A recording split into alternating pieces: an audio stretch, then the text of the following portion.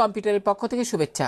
প্রিয় শিক্ষার্থী, আজ আমি এক্সেলের দুইটা গুরুত্বপূর্ণ ফাংশন নিয়ে আপনাদের সামনে এসেছি। অর্থাৎ একটি হলো কাউন্ট, একটি হলো কাউন্ট ইফ ফাংশন।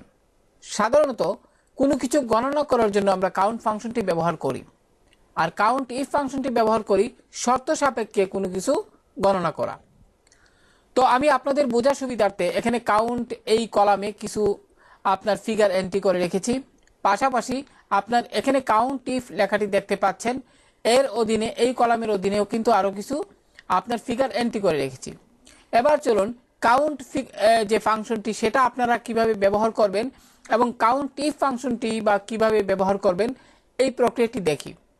লক্ষ্য করেন এখানে যতগুলো ফিগার রয়েছে আপনি কিন্তু জানেন না যে এখানে কতটা ফিগার রয়েছে। আপনি হয়তো গণবেন এভাবে যে 1 2 3 4 এভাবে, হয়তো এখানে ডাটা অর্থাৎ এখানে ফিগার কম রয়েছে বিধায় আপনি গণনা করতে পারবেন খুব সহজে। কিন্তু এই কলামের মধ্যে যদি আরো অনেকগুলো ফিগার থাকে 500 600 বা এরকম আরো বেশি, তাহলে কিন্তু আপনি এরকম আনুমানিক যদি এত অনেক ডাটা থাকে তখন কিন্তু মোট কয়টা ফিগার রয়েছে সেটা কিন্তু গণনা করা খুব অনেকটাই কষ্টকর এবং সময়ও বেশি লাগে। তো এক্সেলের এই কাউন্ট ফাংশন দিয়ে আপনি কিন্তু অনায়াসেই বের করতে পারবেন এখানে মোট কতটা ফিগার রয়েছে এই কলামের মধ্যে। তো চলুন, এজন্য আপনি যে কাজটি করবেন, আপনি যে কোনো সেলে এই ফাংশনটি প্রয়োগ করতে পারবেন। তো আমি এখানে নিচের দিকে দেখাচ্ছি। তো এখানে টাইপ করুন ইকুয়াল, টাইপ করেন এখানে কাউন্ট, COUNT। প্রিয় শিক্ষার্থী খেয়াল করুন, কাউন্ট টাইপ করার পর এখানে একটি মেনু দেখাচ্ছে, সেক্ষেত্রে কাউন্ট এই যে লেখাটি দেখতে পাচ্ছেন আপনি এখানে ডাবল ক্লিক করুন। এবার লক্ষ্য করুন এখানে আর্গুমেন্ট দেখাচ্ছে, সেক্ষেত্রে আপনি কি করবেন, আপনি এই কলামে যতটা ফিগার রয়েছে সবগুলো সিলেক্ট করে দিবেন। এবার লক্ষ্য করুন একটু মিলিয়ে নেবেন যে ঠিক আছে কিনা। অর্থাৎ এখানে প্রথম যে ফিগারটি রয়েছে এল কলামে, অর্থাৎ কাউন্টের যে কাউন্ট লেখাটি যে কলামে রয়েছে, এখানে প্রথম ফিগারটি রয়েছে আপনার L2-তে। লক্ষ্য করুন এখানে L2 দেখাচ্ছে এবং সর্বশেষ যে ফিগারটি রয়েছে সেটি রয়েছে আপনার আপনার 9 যে রতে সেটিতে রয়েছে, তাই এখানে L9 লেখাটি আপনারা দেখতে পাচ্ছেন। প্রিয় শিক্ষার্থী, এবার যদি কিবোর্ড থেকে এন্টার চাপেন তাহলে কিন্তু টোটাল 8 ফলাফলটি দেখাচ্ছে। তার মানে এখানে মোট 8টি ফিগার রয়েছে। সহজে কিন্তু আমরা বের করে ফেললাম। তো একটু যদি গণনা করে দেখাই, 1 2 3 4 5 6 7 8। আপনি এছাড়াও যদি এগুলো সবগুলো ফিগারকে সিলেক্ট করে যদি একটু নিচের দিকে এখানের দিকে খেয়াল করে লক্ষ্য করেন, এখানে কিন্তু আপনার কাউন্ট 8 দেখা যাচ্ছে। তো আশা করি প্রিয় শিক্ষার্থী বিষয়টি বুঝতে পেরেছেন। এবার চলুন কাউন্ট ইফ ফাংশনটি আপনারা কেন ব্যবহার করবেন বা কিভাবে ব্যবহার করবেন। কাউন্ট ইফ সাধারণত কাউন্ট মানে গণনা করা, ইফ মানে যদি, তার মানে এখানে শর্ত জুড়ে দেওয়া হয়েছে।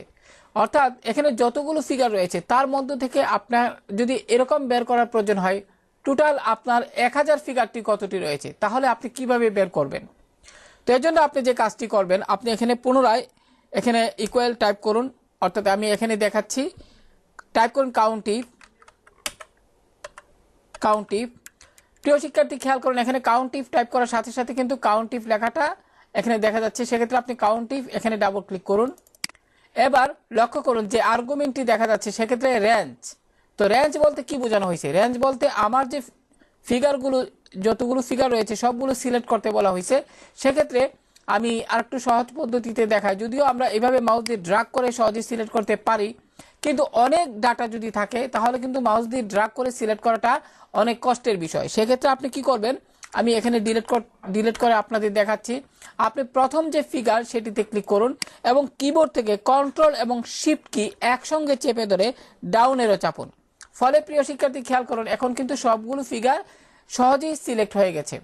আপনি এটি কখন ব্যবহার করবেন, যখন দেখবেন আপনার যে নির্দিষ্ট কলামে অনেকগুলো ফিগার, তখন আপনি এই প্রক্রিয়ায় সিলেক্ট করবেন। যাই হোক প্রিয় শিক্ষার্থী, এবার আপনি এখানে কমা দিন।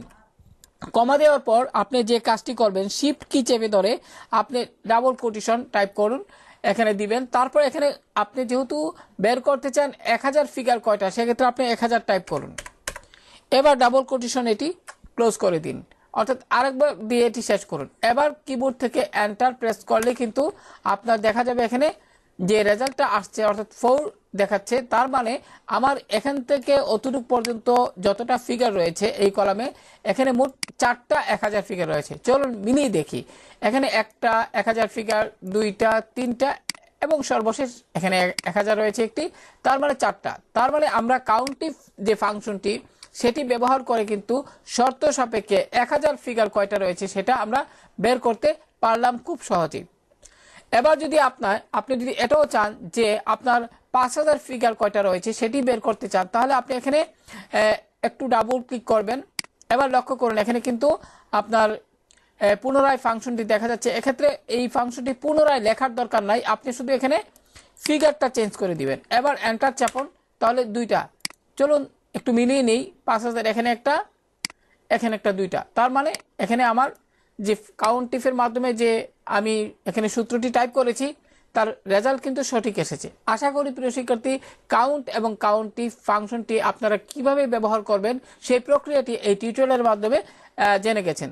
তো ভালো থাকুন সবাই, আল্লাহ হাফেজ।